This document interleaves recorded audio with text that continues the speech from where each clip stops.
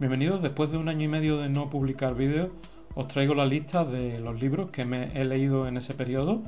Aunque el vídeo se titula el ranking de libros leídos en 2023, en realidad cubre un poco más, cubre desde ese punto en el que publiqué el último vídeo hasta ahora de este canal. Y incluyo, por tanto, desde mediados del 2022 hasta finales del 2023. Insisto en que el orden de esta lista se corresponde con mis gustos, no pretende ser una evaluación de la calidad literaria de los textos, de su utilidad, etcétera, etcétera. Es un listado de libros en general, por lo tanto se incluyen cosas que no son novelas, también hay libros de no ficción. Y en general se trata de dar un breve comentario de cada uno y no pretendo hacer una crítica detallada, pues eso sería imposible en el tiempo que pretendo que dure este vídeo. Pido perdón de antemano porque al ser un periodo tan largo es posible que de los libros que he leído hace más tiempo ya me haya olvidado de algunos detalles y me pueda confundir en algo que diga, pero bueno, intentaré ser lo más exacto posible y como siempre intentaré no spoilear demasiado las novelas especialmente. La mayoría de estos libros me los he leído en versión original, excepto en idiomas que se me escapan un poco, como es el chino o el persa, que hay algún libro por aquí. Y por lo demás, al sobreponer en sus títulos el nombre del libro, lo indicaré en la versión en la que me lo he leído, aunque lo mencione en el título del libro en español. Pues sin más prolegómenos, empiezo por abajo, por el libro que menos me ha gustado de todos los que he leído en este periodo, el número 35, que se llama Cómo sobrevivir intelectualmente al siglo XXI, una antología de ensayos y artículos de Leonardo Castellani, recopilada por Juan Manuel de Prada. Todavía me estoy preguntando por qué decidí leer este libro. Bueno, en realidad es simplemente porque tenía un poco de curiosidad malsana sobre... siempre, la verdad que me gusta un poco leer sobre cuestiones que se alejan un poco de mi línea de pensamiento, o por decirlo de alguna manera, que en este caso sería más bien que están en mis antípodas ideológicas. Este libro yo pensaba que era o pretende ser como una especie de descripción de lo que es la ideología de un tradicionalista católico que, como ya digo, no se parece mucho a las ideas que yo tengo realmente, y precisamente por eso tenía un poco de curiosidad por ver cómo los que creen en este tipo de ideología o los que se adhieren a este tipo de ideología, qué justificación o qué motivaciones tienen para creer en ello, digamos. Realmente la derecha actual es una amalgama entre esta especie de tradicionalismo cristiano y otra cosa que no tiene nada que ver, que es el liberalismo económico, que son cosas de hecho antitéticas, son opuestas, y lo único que permite que haya, por ejemplo, partidos que estén, digamos, apoyando estas dos ideas a la vez es el hecho de que hay una alianza probablemente momentánea entre ambas. Entonces, por un lado, alguien puede estar a favor de estas ideas del tradicionalismo católico y estar totalmente opuesto a las ideas del liberalismo económico. Y de hecho, bueno, ya digo, lo que ocurre con este libro muchas veces es que uno está leyendo párrafos y parece que llega un momento en el cual a lo mejor puede estar incluso de acuerdo con algunas cosas, me refiero a mí mismo, que supongo que habrá personas que estarán totalmente en todo de acuerdo con lo que pueda decir este libro, pero yo normalmente no lo estoy, pero hay veces que hay partes que me parecen razonables, pero claro, estoy uno leyendo y esto no está mal, ¿no? Y de pronto llega uno y dice, ¿cómo? Pero esto, ¿cómo se puede sostener esto en serio, no? Y esto es lo que es la impresión general que puedo decir que me ha causado este libro. Tampoco creo que tenga mucho interés en dar más detalles, ya que digo que el que menos me ha gustado de todos los que he leído pues, no es un libro para mí. Si realmente si hubiera querido informarme bien sobre este tema, posiblemente debería haber leído algo más sistemático y no una lista de artículos de temas misceláneos como es este caso. Número 34, Fantastes, de George MacDonald, un, digamos, clásico menor de la fantasía, publicado a mediados del siglo XIX. Me lo he leído un poco por completismo. Con este libro me topé un poco por casualidad, porque decía que había influido en otro autor que pretendía leerme. Y, en fin, me di cuenta que era eso, una especie de clásico de los primeros libros de fantasía o digamos uno de los antecesores de la fantasía moderna.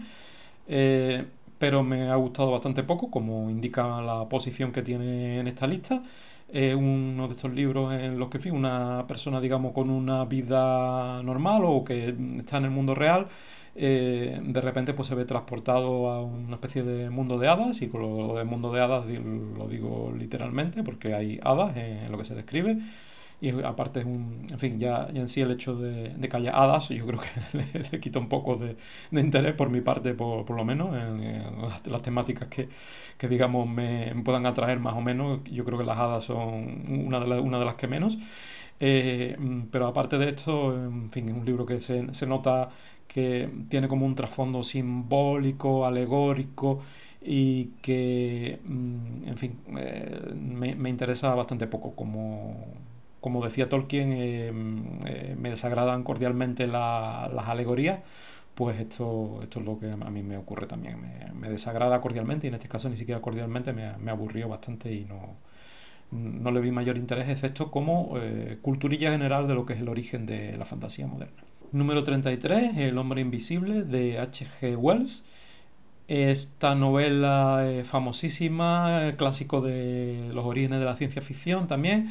El hecho de que decidiera leérmela también se debe a que, de nuevo por completismo, estoy intentando, digamos, tengo el proyecto, entre comillas, de leerme las novelas de ciencia ficción más influyentes en orden cronológico, rellenando los huecos, digamos, de los libros que no he leído, de los clásicos que no he leído.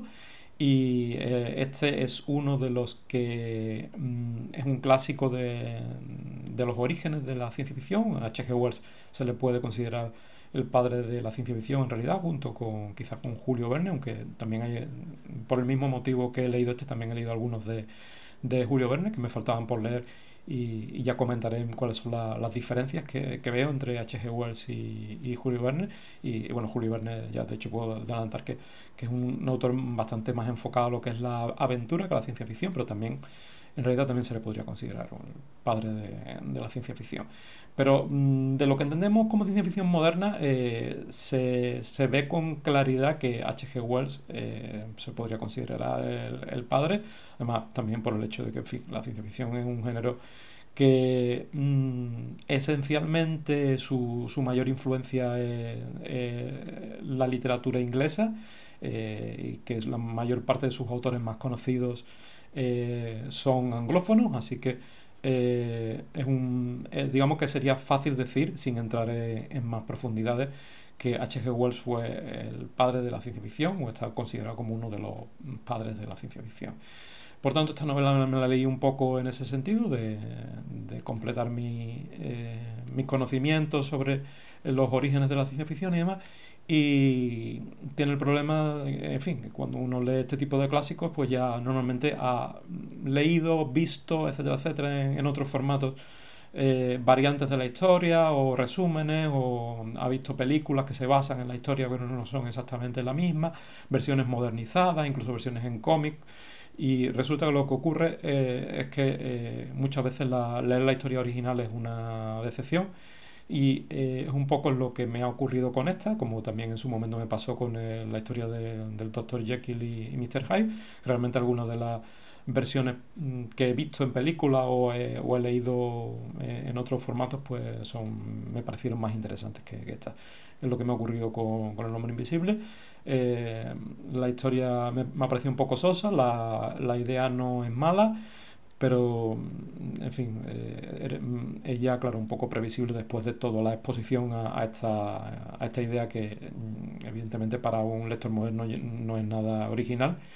Y tan solo algunos detalles me parecieron interesantes, y además me da la impresión que no se aprovecha bien lo que se podía haber hecho con una historia de una persona que no es visible para el resto de la humanidad.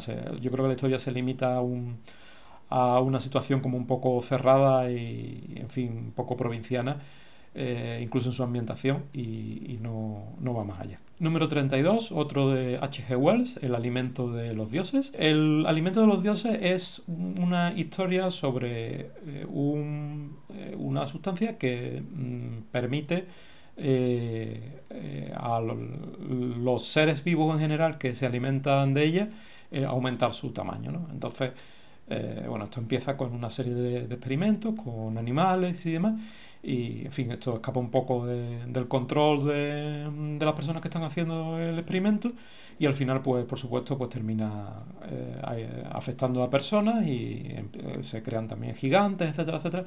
Y bueno, H.G. Wells también a esto le da como una base una implicaciones políticas de lo que sería una sociedad de personas que, digamos, por un lado están discriminadas, pero por otro lado tienen un cierto poder que no tiene un ser humano normal, etcétera, etcétera. En fin, no me entusiasmo especialmente. Número 31, Sleep and the Soul, el sueño y el alma. Este ya lo tengo en formato físico, lo otro lo he descargado de Gutenberg. Esto es una recopilación de relatos del año 2023, si no me equivoco, de Greg Egan, uno de mis autores preferidos de ciencia ficción. Sí, 2023. Este libro es uno de los que menos me ha gustado de los que he leído hasta ahora de Greg Egan. De hecho, cuando lo repasé antes de hacer este vídeo, me di cuenta que no me acordaba prácticamente de ninguna de esta recopilación de relatos, de las historias incluidas en esta colección de relatos. Y tan solo me acuerdo vagamente de una que la que, digamos, me pareció que tenía como un poco más de tensión, que una historia que empieza con una especie de premio, de una especie de lotería, le toca a una pareja, si mal no recuerdo, para ser turistas espaciales en la Luna. Y cuando están en la Luna, pues de repente se corta la conexión con la Tierra, y no cuento más por si alguien lo lee. Pero ya digo, el relato este que estoy explicando es lo único que digamos, me acuerdo vagamente y que me pareció que tenía un poco de tensión. Los demás, pues como siempre, Egan tiene buenas ideas, pero en este caso me parece que le ha faltado un poco de chicha y un poco más como de vidilla a estos relatos. Les he visto muy poca gracia. Y en general últimamente los libros de Egan me están decepcionando bastante en ese sentido. La comparación con sus primeras novelas, con la envergadura que tenían sus primeras novelas, francamente es como para echarse a llorar. Número 30, Viaje al centro de la Tierra, de Julio Verne. Esta historia también clásica, también se puede considerar uno de los orígenes de una de las primeras novelas de ciencia ficción, posiblemente. Me pareció entretenida, igual que con lo que comentaba antes de H.G. Wells. Me parece que uno ya ha estado muy expuesto a esta historia. Lo más normal es que un lector moderno, pues hoy día ya haya visto películas, incluso haya podido ver versiones en otros formatos, incluso adaptaciones para niños, etcétera, etcétera. En fin, es lo típico. Y claro, leer esto hoy día, pues es difícil que uno vaya a encontrar nada sorprendente, nada que no haya leído ya, nada que no recuerde ya de la historia de otras versiones que haya podido leer. Pero por lo demás está bien, es una historia entretenida. El inconveniente que le veo a Julio Verne, no solo en esta novela, sino también en otras que he estado leyendo recientemente, es que los personajes me parecen súper infantiles en ocasiones. Hay personajes que son totalmente caricaturescos, pero con una intención, digamos, humorística, pero llega un punto como de ridiculez da la impresión como que están totalmente frenéticos todo el tiempo, y que son como niños, grandes niños, o sea, son como científicos, pero con una personalidad de niños pequeños, continuamente, digamos, dando la nota, llamando la atención. Incluso en este caso, por ejemplo, el personaje en el que estoy pensando, que es digamos, el profesor, el científico, pues la característica que tiene es que tiene muy mal humor, y entonces está siempre, en fin, levantando la voz, echándole la bronca al narrador, etcétera, etcétera. Y bueno, digamos que el argumento, la novela en sí, para la época está bien, se basa como en una teorías que ya supongo que incluso en esa época no serían muy poco creíbles sobre el hecho de que a lo mejor la temperatura al acercarse al centro de la Tierra no aumentaba tanto y que podía haber como burbujas o bolsas de aire en las cuales pudieran vivir seres en las profundidades y todo eso. No es muy creíble, pero bueno, como argumentos de ciencia ficción así yo traído un poco por los pelos no está mal. Por lo demás, ya digo, el inconveniente que le veo son los personajes, el hecho de que sea una historia que ya a esta altura está un poco trillada, pero tiene su mérito haber escrito esto en su época. Bueno, en el 29, 28 y 27 voy a agrupar tres libros de Isaac Asimov que más o menos me gustaron todos lo mismo, es decir, relativamente poco, que fueron Segunda Fundación, Los Límites de la Fundación y Fundación y Tierra, es decir, cronológicamente, según la cronología interna, para ser más preciso, los últimos libros de la fundación de Isaac Asimov. El primero publicado casi al principio de la carrera como escritor de Isaac Asimov, y los últimos fueron secuelas ya muy tardías de la última época de Asimov, de hecho pocos años antes de su muerte. Estos tres libros me gustaron en general bastante poco. De Segunda Fundación ya me acordaba porque lo leí en su momento. Esto es una relectura y recordaba que no me había impresionado demasiado. De hecho, los libros estos de la Fundación en general, como ya he comentado en otros vídeos anteriores, los originales tienen el inconveniente de que son lo que se suele llamar un fix-up en inglés, meter varios relatos en un solo libro y a lo mejor darle un poco de continuidad metiéndolos dentro de un relato marco o de algo que sirva como de pegamento, por decirlo de alguna manera, entre esos relatos. Y eso es lo que ocurre con Segunda Fundación y no me llamó especialmente la atención, me pareció que, en fin, según he leído, el propio Asimov estaba ya un poco hasta las narices de los relatos de la Fundación cuando escribió Segunda Fundación y, bajo mi punto de vista, se nota. Hay quien dice que Segunda Fundación es uno de los mejores libros de la Fundación. A mí, desde luego, no me lo ha parecido. Me parece que el tema estaba ya bastante agotado. Digamos que la trama principal de estos tres últimos libros se trata sobre, digamos, localizar dónde está la Segunda Fundación. Todo es un tema, una cuestión de mentalismo, o sea que la Segunda Fundación es digamos, otra fundación, pero que, digamos, usa, en lugar de, digamos, los métodos científicos de la psicohistoria, pues usa mentalismo para mantener viva la fundación, en el caso de que la fundación corra riesgo de desaparecer, es decir, para mantener vivo el proyecto de la fundación, digamos, ¿no? Y la segunda fundación, pues como es una organización de mentalistas, y ya el hecho de que, en fin, gran parte del argumento esté basado en mentalismo, pues ya para mí esto lo acerca más a una novela de fantasía, más que una novela de ciencia ficción. La cuestión de los poderes mentales, de la telepatía y todo eso se puede tratar desde un punto de vista de ciencia ficción, pero la forma en la que lo hace Asimov no me parece que lo haga como algo de ciencia ficción, sino que lo trata como fantasía en el sentido de que ni siquiera intenta explicar detalles, ni además todo funciona como una forma especialmente vaga. Es como un sistema de magia blanda en el cual el autor puede hacer prácticamente lo que le dé la gana y salirse con la suya, porque realmente no sabemos hasta qué punto llegan los poderes de cada uno de los personajes y quién es más poderoso que el otro, y en fin, todo. Esta novela es como una especie de continuación digamos, de la saga del mulo en su primera parte, y luego tiene otro relato que trata otros temas, digamos, las consecuencias de la ruptura de la continuidad de la fundación como consecuencia del mulo. El siguiente que voy a comentar es Los límites de la fundación, que también continúa estas historias de mentalismo de la segunda fundación.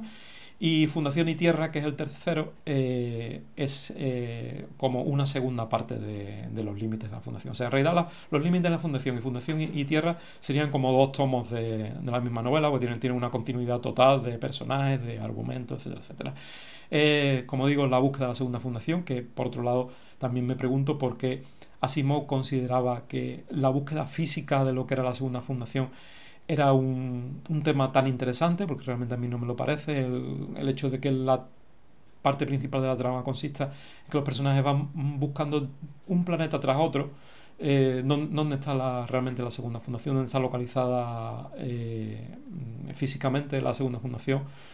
Cuando realmente lo que interesa a la segunda fundación es, digamos, lo que hace, no donde esté situada físicamente. En fin, esto Asimov lo aprovecha también irse moviendo por diferentes planetas y mostrando diferentes sociedades y demás. No me gustó y especialmente y en fin, bueno, las novelas sí son, hasta cierto punto son entretenidas de leer, son un poco repetitivas, son, en fin, lo típico, muchos diálogos, que es el defecto, la ventaja de Asimov, ventaja cuando lo hace bien, desventaja cuando se enrolla demasiado, como me parece que le ocurre en estos últimos libros de su carrera. Y por lo demás, pues me dejó con una impresión bastante peor de la que tenía cuando empecé a leer los primeros libros de toda esta historia del futuro, donde al final Asimov decidió engarzar prácticamente todas sus novelas a posteriori. Realmente al final puedo decir como resumen que las novelas que más me gustaron de toda esta serie, o de toda esta sucesión de series que son la historia del futuro, entre comillas, de Asimov, fueron El Preludio a la Fundación y Robots e Imperio. Dos novelas que se concentran especialmente en enlazar digamos, las historias de los robots y del Imperio Galáctico con las historias de la Fundación. Y me parece que ahí Asimov esos guiños que hace a sus primeras novelas y el hecho de que son novelas que, digamos, tienen una estructura bastante concentrada, digamos, que tienen una hilación que no es una serie de historias pequeñas pegadas una detrás de otra, sino que realmente hay una historia mayor que ocupa toda una novela. Pues eso yo creo que me gustó más. Y bueno, además el hecho de que hace, ya digo, guiños muy buenos para los que hayan leído las novelas de la cronología interna anteriores a esto, o sea, las historias de los robots y demás. Realmente está muy bien, tienen detalles muy curiosos.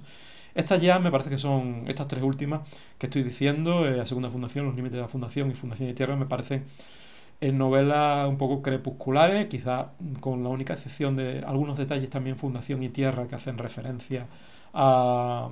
También intenta hacer referencia a novelas anteriores suyas y, digamos, cerrar como un todo toda la historia del futuro, pero no llegan ni con mucho al nivel de novelas anteriores. Número 26, La Piedra Lunar. La Piedra Lunar es un clásico de las novelas policíacas, de hecho es también como un poco el origen puedo considerar una de las primeras novelas policíacas o una de las que inició el género de la novela policíaca. Normalmente ese honor va a algunas historias de Poe, como la de Edgar Allan Poe, como son los asesinatos de la calle Morgue, donde se suele considerar que están las bases del género policíaco. Como se dice en inglés, who done it, quién lo hizo, ¿no? Normalmente estas historias se trata de averiguar quién es el asesino por las pistas que va dando el autor a lo largo de la historia. Y bueno, yo no soy muy fan de este tipo de novelas. Son un poco mecánicas normalmente. En este caso tiene el mérito de que, como se dice, esta novela, La Piedra Lunar, puso en marcha algunos de lo que luego son los tópicos de los clichés de este género, ¿no? Esta novela, digamos, que también tiene el interés de que está planteada desde diferentes tipos de puntos de vista, tiene diferentes narradores que se van sucediendo a lo largo de la novela, las diferentes partes que tiene la novela. O sea, tiene digamos, como estructura literaria es interesante, es relativamente compleja. Está bien escrita, tiene personajes interesantes, está bien en general como novela. De nuevo, el problema, digamos, quizás el aspecto quizás menos me interesa es por el hecho de que se trata de eso, es algo un poco mecánico que consiste en averiguar al final quién es el asesino, o en este caso no es quién es el asesino, es decir, lo que se trata es, digamos, otro delito, no es un asesinato, ¿no? Pero bueno, es un robo, de hecho, vamos. Y lo que quizá también pueda tener reparo pues a la explicación final que se le da, en fin, son cosas que en algunos de los casos parecen traídas por los pelos y además siempre se sacan a relucir como cuestiones psicológicas que hoy día se podrían considerar quizá como muy dudosas. Pero bueno, no está mal. Algo entretenido, es una novela relativamente larga, que se me hizo un poco larga. Es recomendable especialmente si a uno le interesa este tipo de novelas porque por su interés histórico también. Todo esto es anterior a Conan Doyle, a Sherlock Holmes y demás. Y es que es muchas de las cosas que luego se utilizan hasta la saciedad en este tipo de novelas que se usaron aquí por primera vez o, digamos, se usaron por primera vez de una forma en la que es claramente una novela policíaca. Número 25, Cumbres borrascosas de Emily Bronte, que también lo puedo decir un poco lo mismo que de la novela que acabo de comentar. Es una novela que no está mal, me gustó, también tiene una profundidad psicológica, tiene personajes interesantes. Se hace un poco cargante porque la verdad es que los personajes, a mí por lo menos me parecen, en su mayoría me parecen odiosos, como en realidad son como dos novelas en una, porque tratan dos generaciones diferentes de la misma familia o de familias relacionadas. Y también la leí un poco engañado porque siempre había oído comentar que en esta novela también había detalles que la podían hacer pasar como por una novela de fantasía hasta cierto punto, digamos que pequeños detalles, ¿no? Tampoco era gran cosa, ¿no? Tampoco pretendo decir que nadie la presentara como una novela de fantasía normal. Pero lo cierto es que tras haberla leído, pienso que a los detalles a los que se referían se pueden interpretar de otra manera. O sea, realmente en esta novela creo recordar, lo mismo se me olvidó algo, pero yo no veo nada que sea inexplicable desde un punto de vista, digamos, racionalista. Es una novela realista, costumbrista, desde mi punto de vista, con personajes, ya digo, un poco excesivos, un poco intensos, y que no está mal, pero que tampoco para lo que son digamos, mis intereses como lector, a mí el realismo, el costumbrismo tampoco me interesa tanto. Otro motivo por el que la leí es porque en fin, como me gusta mucho Kate Bush como cantante.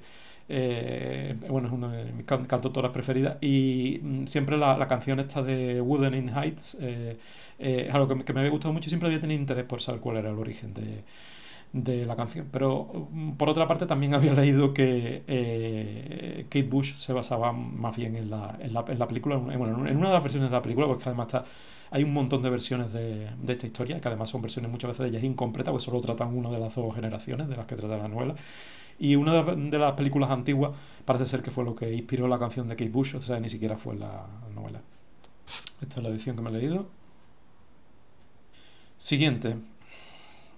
El juego de la lógica, de Lewis Carroll, el autor de Alicia en el País de las Maravillas. Este es un libro que trata sobre, como dice su propio título, sobre lógica, pero planteándolo como un juego. De hecho, utiliza esta especie de tableros sobre el cual poniendo fichas pues uno puede digamos decidir el resultado de silogismos, decidir si el silogismo es correcto, etcétera. Por ejemplo, si tenemos el silogismo todos los soldados saben andar, algunos niños no son soldados. Como conclusión, algunos niños no saben andar. ¿Se deriva la conclusión de los dos enunciados anteriores del silogismo? Pues esto es lo que con una serie de fichitas como estas sobre el tablero se puede decidir si esto es correcto o no es correcto, con lo cual se ve que la lógica se puede tratar como algo mecánico, como una especie de juego en el cual usando una serie de reglas fijas se puede llegar a una serie de conclusiones. Este libro, de hecho, aunque se llama El juego de la lógica, creo que no corresponde exactamente, esta versión española de Alianza Editorial, creo que no corresponde exactamente al libro que en inglés se llama El juego de la lógica, sino que contiene como una especie de recopilación de dos libros en uno y del cual además se han eliminado algunas partes. En fin, que es como una reestructuración de varios libros de Lewis Carroll que trataban este tema y que, en fin, al final esto se puede considerar una especie como de libro de ejercicios, pero que también permite aprender, digamos, elementos de lógica formal. Número 23, el Qābūs Nāmeh, o libro de los consejos, según su subtítulo en español. El título en persa significa literalmente libro de Qābūs, que es un nombre propio. Y es una traducción del persa, introducción y notas por Joaquín Rodríguez Vargas. Leo la contraportada, la descripción. En el año 1082, el rey de una moribunda dinastía que reinaba en un minúsculo territorio de Persia, situado en la orilla sur del mar Caspio, comenzó a escribir para su joven príncipe heredero un valioso libro de consejos para instruirlo en las artes y oficios de entonces y curtirlo en las virtudes de las que debe hacer ostentación todo prohombre de su tiempo. El autor de este espejo de príncipes será el penúltimo de su dinastía, y su hijo el último de una saga de reyes de auténtica ascendencia sasánida. Su única obra conocida, el Qausnameh, se erigirá en la literatura persa como uno de los grandes monumentos literarios en prosa y en el espejo de príncipes de más calidad de los escritos en prosa llana en la lengua de Irán. Como digo, la traducción del persa, introducida en las notas de Joaquín Rodríguez Vargas, que es uno de los mejores expertos en España y a nivel mundial en lengua persa. Es un libro que es bastante curioso, muy interesante el meterse en la, digamos, mentalidad de la época en la que esto se escribió, con cosas a veces bastante sorprendentes y algunas incluso humorísticas. Y el único aspecto por el cual no lo he puesto un poco más alto en mi listado es porque digamos que este género literario tampoco me entusiasma, digamos, esta serie de consejos hilvanados y demás son un poco a veces como moralistas y demás, en fin, hay de todo un poco, pero bueno, digamos que no es un género literario en el que yo tenga especial interés, pero la edición, incluso la presentación, todo está excelente. Y incluso estoy viendo, si lo localizo aquí, vienen los poemas en persa original con la traducción.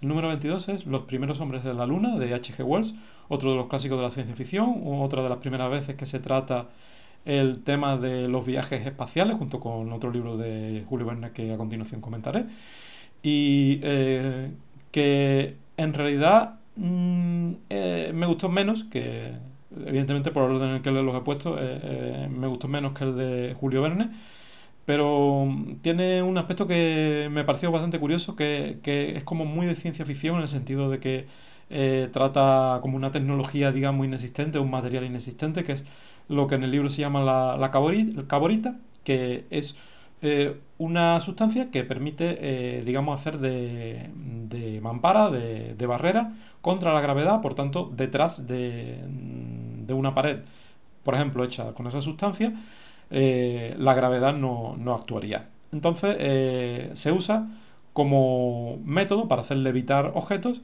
y me pareció curioso también porque Julio Verne había criticado este método, ¿no? Decía que ahí H.G. Wells se había sacado de la manga como algo fantástico cuando podía haber escrito, como hizo él mismo, una novela sobre un viaje a la luna usando tecnologías realmente existentes.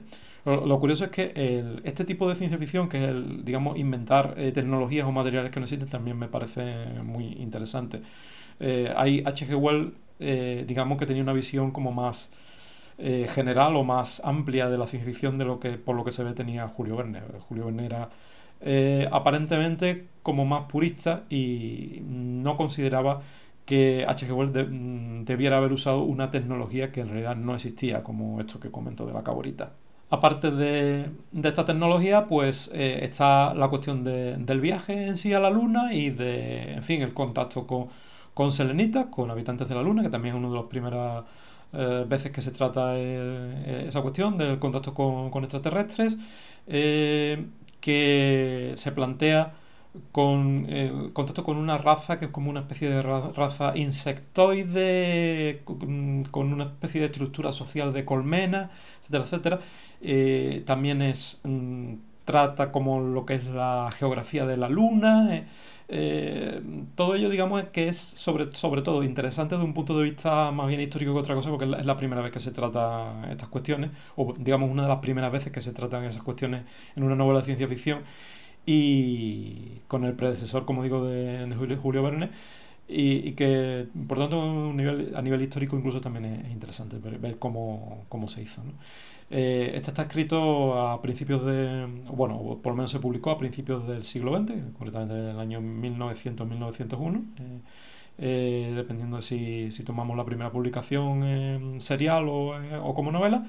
Y está entretenida, no me gustó tanto como el enfoque que le dio Julio Verne anteriormente y que comentaré a continuación.